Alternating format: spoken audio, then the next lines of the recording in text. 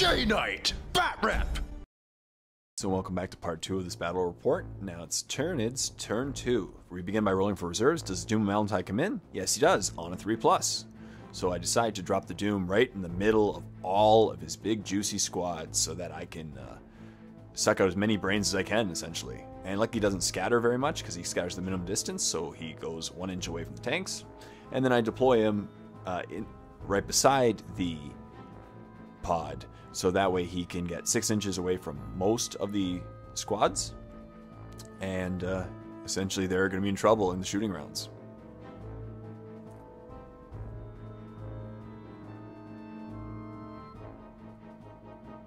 And right now I'm just double checking to make sure that I can get as many in as possible, so that I can increase his strength of his psychic powers.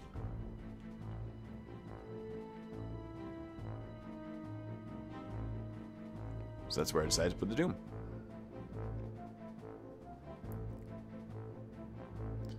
So, once again, Psychic Powers, the Hive Tyrant decides to cast Iron on himself, and succeeds with a 3. So I roll to see how much, and I roll a 2 on a D3. So now his Strength and Toughness 8. So he's going to be very hard to kill, despite the fact that I'm going to go to swooping mode soon, and just and be able to assault in. The second Turvagon decides to cast Catalyst on the Trigon, but fails. And then the final Turvagon decides to cast Iron Armor on himself again, passes with an 8, and rolls a 1. So he's Strength 6, Toughness 7. I move up my Trigon, ready to go into assault with those pesky Sisters of Battle.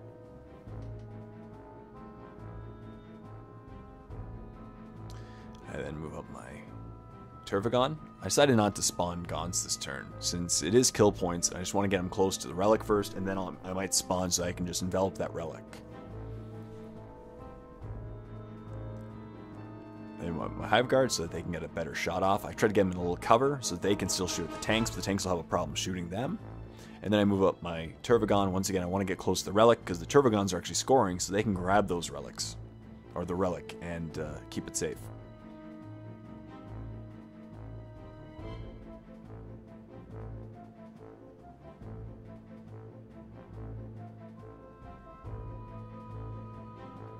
So now, I'm just deciding that I'm going to go for the Seraphim. I really want to go for the Seraphim. I'm going to jump my Hive Tyrant to right in front of his St. Celestine, so that when I shoot, all the wounds will go on St. Celestine, and then I can assault in and perhaps kill her. I didn't really know a lot of the rules of St. Celestine at first, so I might have been a little too crazy to get in there, but you'll see what happens.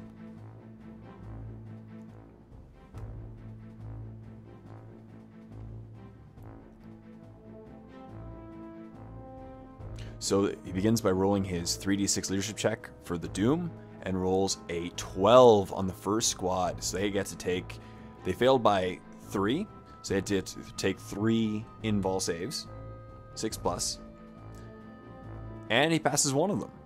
So 2 of them die, and the Doom Malantine goes up by 2, so he's got 6 wounds.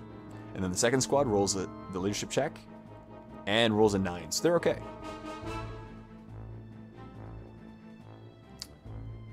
The Spore Pod then uses its tentacles and at the tank. Needs 5 to hit, so 3 hits, but it's Strength 6, so it actually can do some damage to the side armor. So I roll a 6, and I actually get a pen on the tank. He needs a 6 and fails his invul. And I roll a pen of 2. So it can move, but can't shoot next turn. Or it can Snapfire only. And it loses a hull point. The Doom is then going to try his Psychic Shooting Power on that squad. And I peril and fail. So I lose a wound, and then I have to roll a d3 to see how many wounds it goes down by. So I roll my d3, and I roll a 1. So he loses another wound and goes back down to his original 4 wounds. So I wasn't very lucky with that roll. The Trigon Prime then shoots his 12 Electro Bioshock shots at the Sisters of Battle. and gets 6 wounds. He rolls his 3+ armor saves and does fail a couple, so he loses, I believe, one sister of battle to those shots. My Turvagon then shoots the side armor of the Rhino. Gets 1 hit. Needs 6s to glance, but doesn't roll anything. Then the Hive Guard decide to finish off that 1 Rhino just to get another kill point and to prevent some blocking. So they roll, and I need 3s to hit, and I hit with all 6, so it's what's pretty much going to happen to this Rhino. And I roll 4 pens, so he has to roll 4, and he rolls 4 6+ invulnerable saves. We couldn't believe it. After this, we did remember that he did pop smoke, so he only needed 5s, but it was unbelievable that he rolled 4 6 invul saves on that tank. It was awesome. The Hive Tyrant then shoots at the squad of Seraphim with Saint Celestine. Of course, all the wounds have to go on Saint Celestine because she's the closest, but he can look out, sir. I need 4s to hit with re-rolling because they're twin-linked.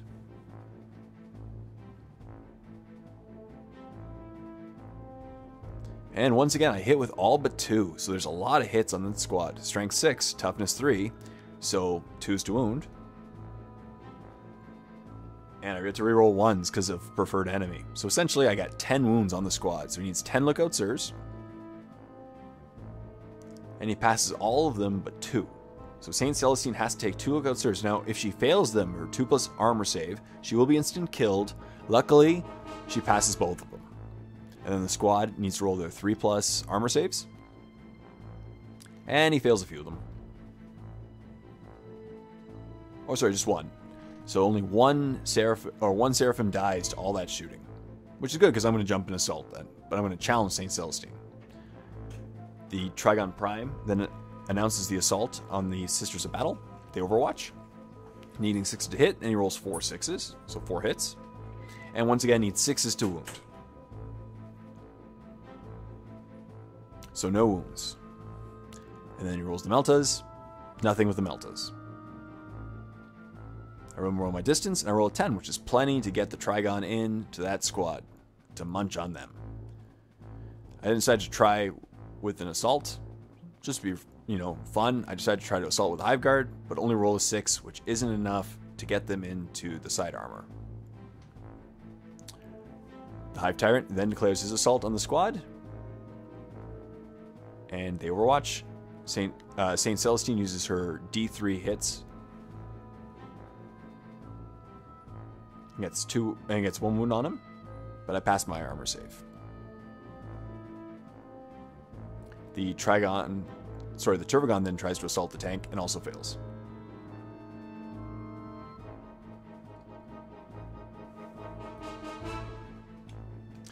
Saint Celestine then rolls for counterattack and gets it, so they have counterattack as well. I challenge Saint Celestine and they pass, so she gets to go first with 6 attacks. So this might not look good for the Hive Tyrant, needing 4s to hit.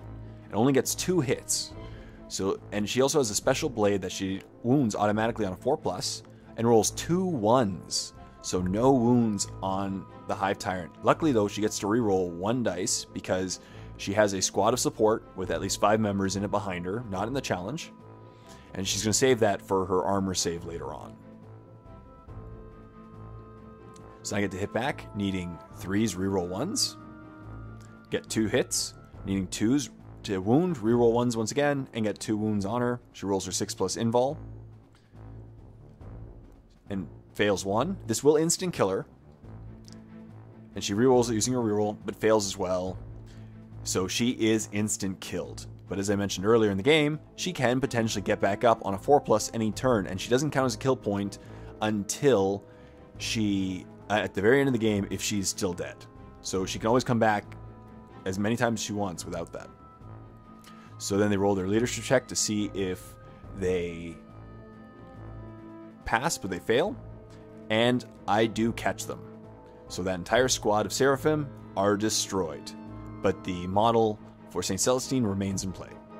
Next we go to the Trygon Prime battle with the sisters. Trygon gets to go first, gets his 7 attacks, needs 3s to hit, and they all hit. So it's in big trouble for the sisters. Then needs 2s to kill, and I roll 6 wounds. He rolls a 6+ invul saves, fails all 6, so 6 Sisters of Battles are killed. So far, things aren't looking too good for the Sisters of Battle. They then pile in at their initiative step.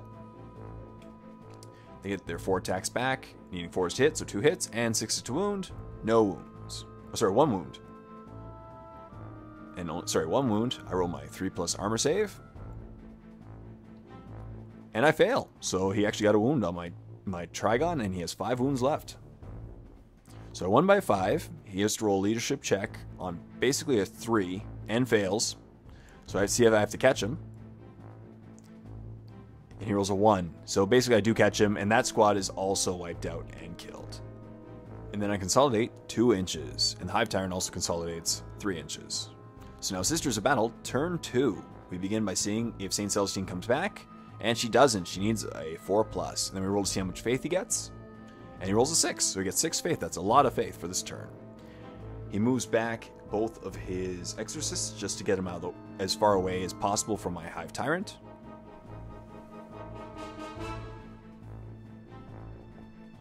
Basically, he's trying to retreat with them, but on the other hand, he's going to move up all of his rhinos to block my monstrous creatures and just do one big counterattack on them and maybe do some damage to them this turn.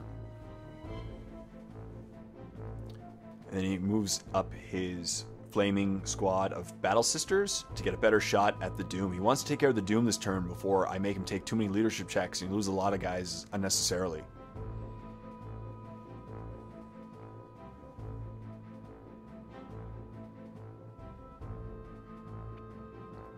And then he moves up his Rhino just to block the relic itself, and then deploys the squad from that Rhino just outside of the Doom's reach, so they don't have to take a leadership check either on 3d6 this turn. He begins with shooting by shooting the first Exorcist, and he gets a 3, but he's shooting it at the Flyrant. Needs normal ballistic skill, so 3s to hit. Only rolls 1 hit, and then a wound.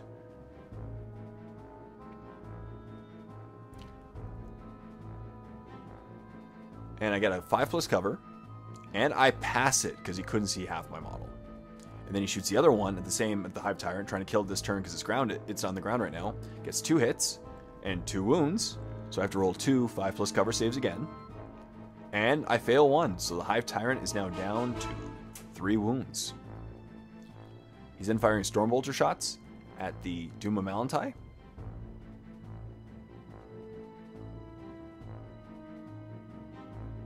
And then he shoots the Heavy Flamer at the Doom Malantai. He gets 1 hit and no wounds with his Stormbolters, and no wounds with the Flamer. So he decides to cast Faith, and needing a 3, because he has Sergeant and someone's injured. And he rolls a 4, so his Faith does get off, and he gets to reroll 1s to hit against the Doom of Malantai. So he gets to reroll his 1s that I just mentioned, which he rolled a bunch of 1s, so it's good to reroll them. And rolls a bunch of hits as well with his bolter shots. And then needs 4s to wound. And rolls 4 wounds. And then uses Flamers, and wounds with his Flamer, and wounds with his Heavy Flamer as well. So 6 wounds are on the Doom, and he only has 4 wounds left, but luckily he has a 3+ invulnerable save. And I rolled 2 fails, so now he's down to only 2 wounds left.